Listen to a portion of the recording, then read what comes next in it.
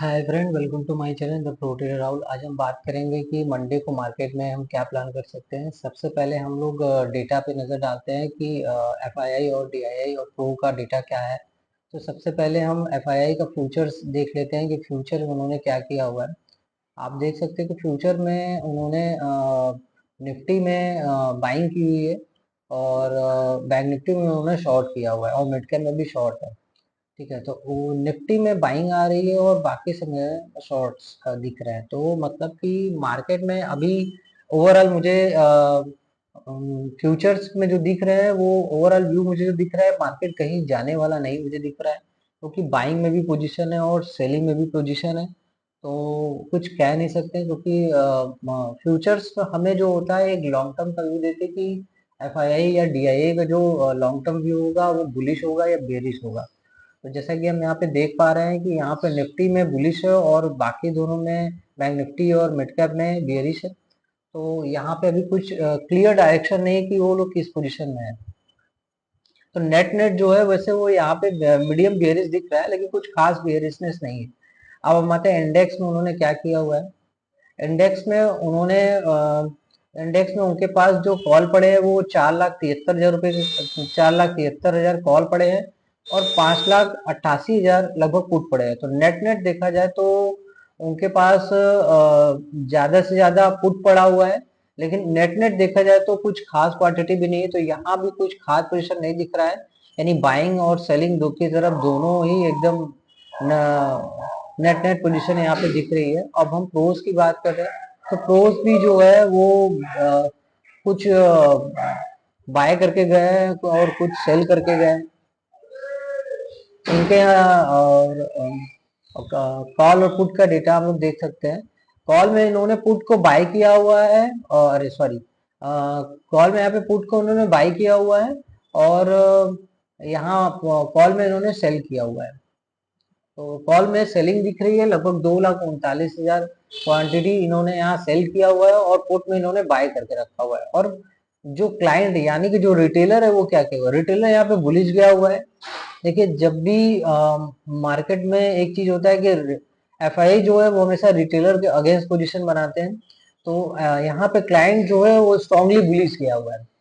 तो अगर उनको बुलिश जाना होगा तो सबसे पहले वो इनको बेरिश करेंगे कि बेरिश हो, ताकि इनका एसएल ट्रिगर हो, उसके बाद ही वो बुलिश होंगे। जो जब तक ये बुलिश रिटेलर बुलिश रहेगा वो बुलिश जाएंगे ही नहीं। तो बुलिश व्यू मेरा रखना मेरे हिसाब से सही नहीं है। एक डिप आने के बाद ही हम लोग बाइंग के लिए देख सकते हैं, क्योंकि एक अच्छी डिप आनी चाहिए।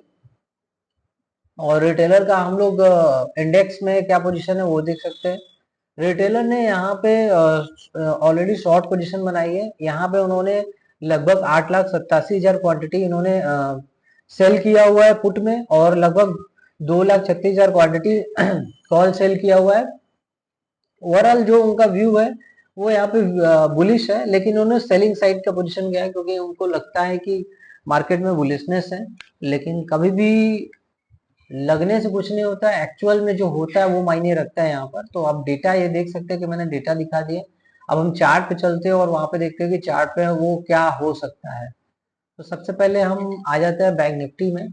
बैंक निफ्टी में आप डेली चार्ट टाइम फ्रेम पे आप चार्ट देखेंगे तो लगातार कई दिनों से यहाँ पे कैंडल बन रहे थे, रेड रेड रेड कैंडल बन रहा था और अपर बॉलिंजर बैंड के पास से वहां से सेलिंग आई। सेलिंग आने के बाद और आप यहाँ पे फिबोनाची लगा के जब चेक करेंगे तो आप एक देखेंगे कि 0.5 का लेवल निकल कर आएगा यहाँ इस लेवल पे।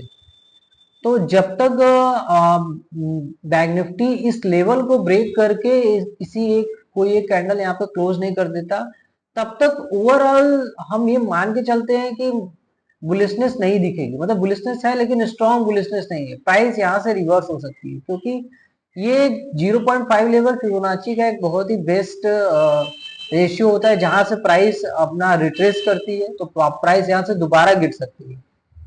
तो उससे पहले ओवरऑल अभी हम लोग कहाँ पर है, अभी हम लोग 51,172 पर है। तो एफआईआई की पोजीशन जो मुझे दिख रही है वो नेट नेट कहीं जाने वाले नहीं है। वो मतलब कॉल पुट मतलब दोनों साइड के मूवमेंट आने की संभावना लग रही है। एक ये व्यू आप देख सकते हैं कि मैंने यहाँ पर एक सपोर्ट ड्रॉ करके रखा हुआ है। अगर ये ब्रीच होता है तो ब्रीच होने के बाद हम लोग अगला जो लेवल देखेंगे वो हम लोग यहाँ के लिए देख सकते हैं, एक ये लेवल देख सकते हैं। ये लेवल क्या है मैं आपको बता देता हूँ। पहला अगर लेवल है कि अगर 50 900 या 960 वाट अगर ब्रीच होता है तो हम लोग अगले लेवल की तरफ बढ़ सकते हैं, 50,500 नीचे मिलेगा। ठीक है, अभी हम लोग जो क्लोजिंग है हमारा 51,172। तो अभी जो हम लोग देख रहे हैं वो कैंडल की जो क्लोजिंग है, आप देख रहे हैं कि कैंडल की क्लोजिंग उतनी भी बुलिशनेस यहाँ नहीं दिख रही। तो यहाँ पे बुलिश मैं कहूंगा कि नहीं बोले, लेकिन अगर यहाँ पे क्या होता है अगर ये गैप अप होता है तो गैप अप में हम लोग क्या कर सकते हैं, गैप अप होने के बाद हम लोग अगर ये लगभग 52,000 के आसपास अगर यहाँ पे खुलता है तो हम लोग यहाँ से खुलते ही अगर मार्केट गिरने लगता है और हम लोग देखते हैं कि उसके बाद गिरने के बाद अगर प्राइस इस लेवल पे अगर सस्टेन कर जाती है जो कि हमारा है 51,500 600,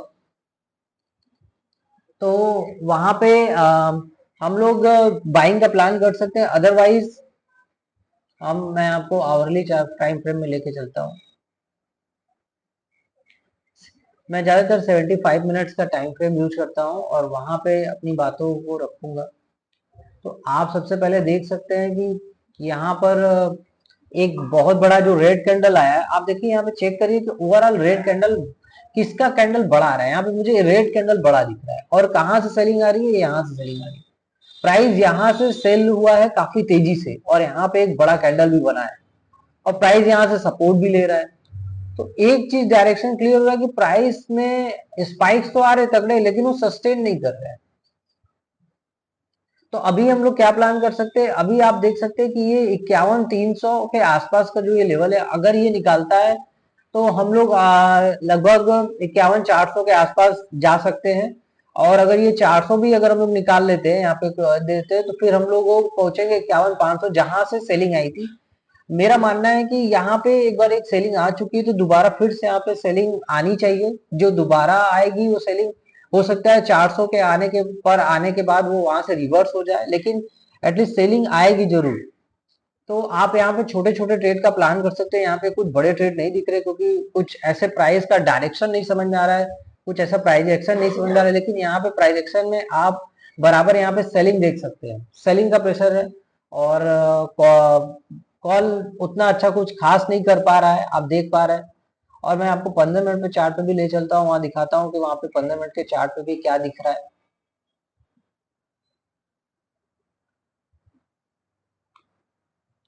आप 15 मिनट का चार्ट देखेंगे तो प्राइस एक यहाँ एक सेलिंग जोन है, एक सेलिंग जोन से बिग प्लेयर यहाँ से सेल किए हुए और दोबारा रिटेस्ट करने के लिए गए और यहाँ से दोबारा सेल कर दिया। और आरएसआई भी अभी कहाँ पर है, अभी आप देख रहे हैं कि आरएसआई जो है 47 के पास में है। तो आपको एक चीज ये ध्यान रखना होगा, अगर आपको यहाँ पे सेलिंग की पोजीशन बनानी है तो सबसे पहले आपको ध्यान रखना होगा कि अभी जो आरएसआई जहाँ से सेल होना शुरू हुई थी उस समय वहां पे आरएसआई लगभग जो था आपका 57 58 के आसपास था। और दोबारा प्राइस यहाँ पर आता है, कोई ग्रीन कैंडल देता है, पर वो आरएसआई भी अगर इस हाई को नहीं निकाल पाता है तो आप ये समझिएगा कि यहाँ पे एक ट्रैप पोजीशन बनाई जा रही है जहां से यहाँ से फिर पटकने का काम किया जाएगा। तो आप यहाँ पे एक सेलिंग साइड पोजीशन बना सकते हैं